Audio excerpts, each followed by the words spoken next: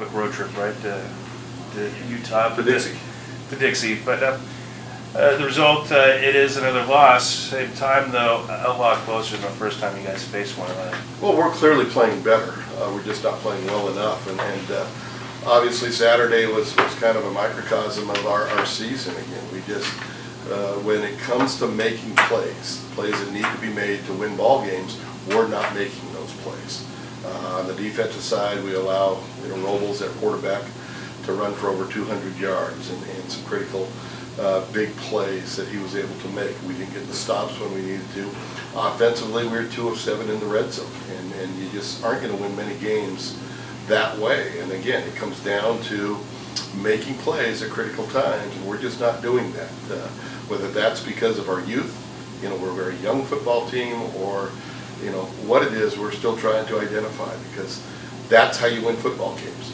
When certain situations, it may be a third down situation on defense, it may be a red zone or goal line situation on offense, you got to raise your performance level, and you got to make the play that's there to be made.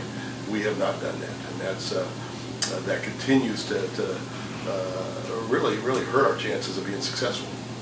Special teams in that game, kicker Bruder, one of the field goals, 49 yards, Mm-hmm. so definitely he had it going. Matt's got a leg. He did. He made a 49-yarder, which was a big kick. I think he missed inside for the 40 for his first time in his career, so his consistency has been tremendous.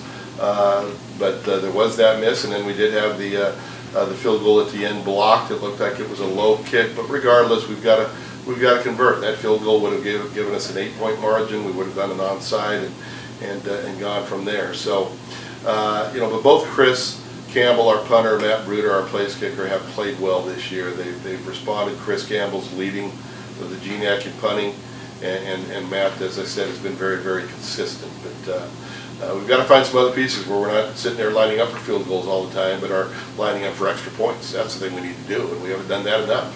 We're averaging just over 15 points a game offensively, and that's an all-time low for the 23 years I've been a head coach.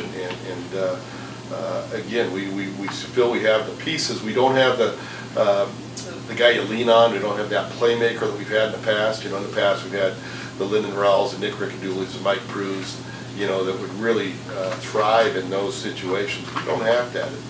We don't have that right now. It needs to be 11 guys that are all doing their job, and that's been hard to get. We'll get 9 or 10 and a breakdown somewhere along the way. Again, we got 3 weeks left, a big road trip up to Ellensburg to play Central Washington, and let's hope we can find those answers this weekend. When you say that you don't have the personnel, obviously players, the talented players that you've had in the past years, from the coaching standpoint, are there things that you do, philosophy different with the personnel that you have? Oh, you do. You scale it back a little bit. What you do, we started 4 true freshmen on Saturday night at Dixie, 3 on the offensive side. And that'll be the way it is, and there may be a 4th that works his way into it on the offensive side. So again, you do scale it back a little bit, make sure you're not asking too much of young players, but at the same time we've got to do what we need to do to allow us to, or at least give us a chance to be successful. And so these young kids are gaining some great experience, and I'm sure in next year and the year after that we're going to see the benefits of that. But for right now, it's difficult, and but again, it's all 11. We've got to get 11 guys, both sides of the ball, doing the job better than we've done it. And really, it comes down to that. We just need to perform and need to raise our performance level at all positions on both sides of the ball if we want to get a win.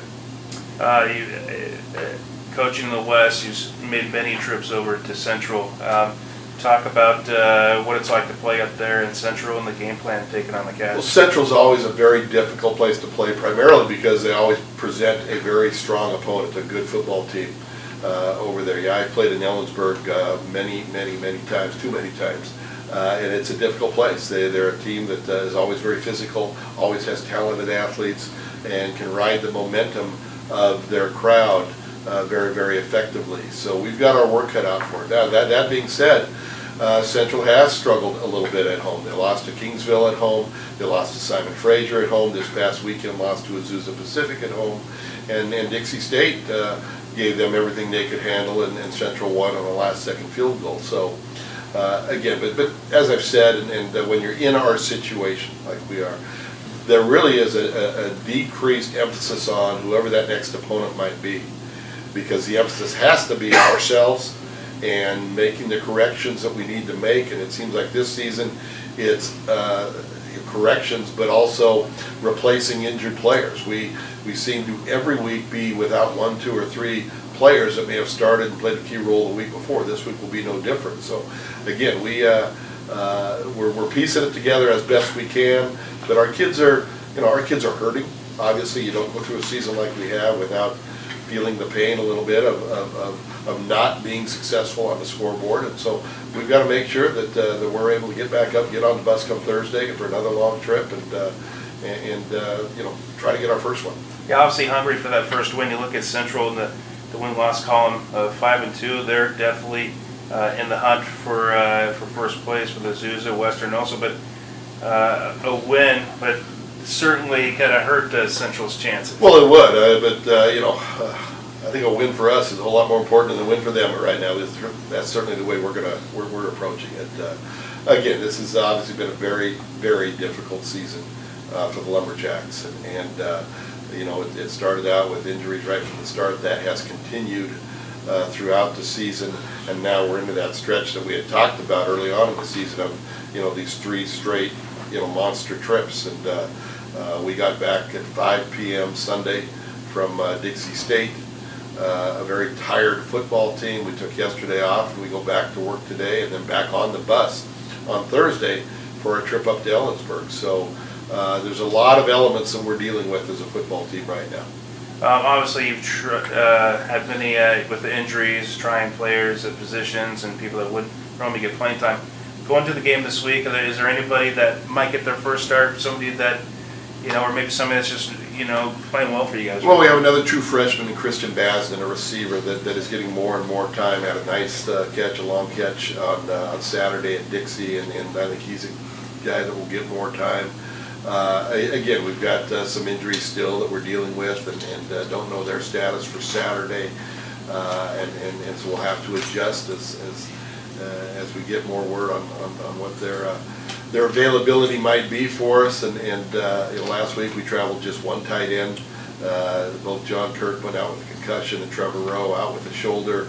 Most likely both will still be out this week. That means Xavier Nelson, a true freshman, lines up at tight end. So that's the way it's been. And again, we still got 3 to play, and against 3 tough opponents with 2 tough road trips among the 3, and we've got to figure out a way to continue to piece this together and hopefully find the right combination that will allow us to get a win on Saturday. You mentioned all these true freshmen getting playing time. Obviously Chase was the starter right from the get-go, but how did the other freshmen that have gotten playing time as the season go on, how did they kind of enter the equation at the beginning? Well, Josh Hansen, Eureka product, freshman offensive lineman, has been just a tremendous surprise for us. He's a walk-on player that really transformed his body over the summer and came into camp and right away proved that he had the ability to help. Certainly was lacking experience at that time, and then as the season, we knew we were going to be thin on the offensive line to begin with, and as the season has played out, we've lost Jonathan Badgett, our guard, and it just worked out as we talked about our best 5. Josh Hansen's name kept coming up, and so he's worked into that and has done a nice job as a freshman, playing a whole lot more football than I know he expected to be playing this year. So we have that. Xavier Nelson, I mentioned, the freshman at tight end, right now our only healthy tight end. And so with Chase Carvachet, Josh Hansen, Xavier, there's our 3, and then Christian Basden, another true freshman receiver that will be the 4th on the offensive side. On the defensive side, Mike Juan Johnson, who was a scout team player the last time we played Central Washington, I think, and then we just decided, our safety position has taken unbelievable hits. We're working on our 6th and 7th different safeties right now, and I don't think we've had a game where we've played the same 2 safeties. So Mike Juan was a kid on the scout team that we knew had talent. Our plan was to redshirt him, but based on circumstances, we pulled him off that red shirt and on a Tuesday, and he started the following Saturday. So it's been that kind of year. Thank you, Rob.